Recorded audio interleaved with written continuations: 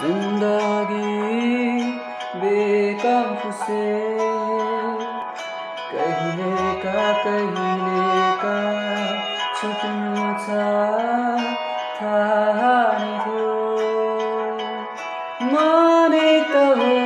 नि जानेरै कि नजानेरै नजिक गइदियो नचिनेको नदेखेको मान्छे नि आफ्नै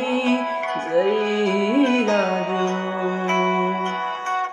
टाढा टाढा लान्छ कि समयले काटनेर